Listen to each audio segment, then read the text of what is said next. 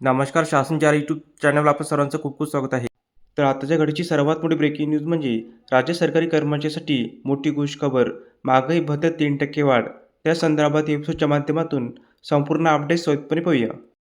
केंद्र आणि राज्य सरकारी कर्मचाऱ्यांसाठी नवीन वर्षाची सुरुवात आनंदाची घेऊन आली आहे. वाढत्या महागाईचा विचार करून सरकारने कर्मचाऱ्यांच्या महागाई भत्त्यात 3% वाढ करण्याचा निर्णय घेतला आहे.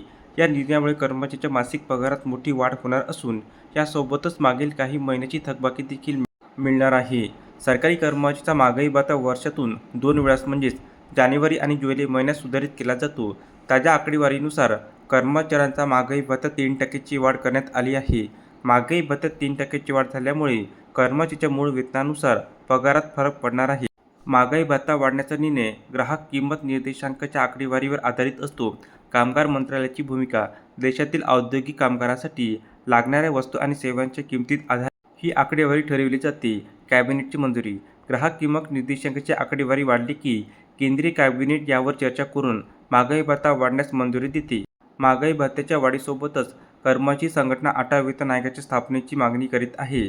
सध्या 7वा वेतन आयोग लागू असून नियमानुसार दर 10 वर्षांनी नवीन वेतन आयोग लागू केला जातो. 8वा वेतन आयोग लागू झाल्यास कर्मचाऱ्यांच्या किमान वेतनात मोठी वाढ होण्याची शक्यता आहे. त्यामुळे त्यांचे जीवनमान अधिक सुधारण्यास मदत होईल. वाढत्या महागाईच्या काळात सरकारी कर्मचाऱ्यांसाठी ही वाढ अत्यंत दिलासादायक ठरली आहे. 1 जुलै 2025 पासून लागू होणारा वाढीव भत्ता आणि थकबाकी यामुळे कर्मचाऱ्यांच्या बँक खात्यात एक मोठी रक्कम जमा होणार आहे. धन्यवाद.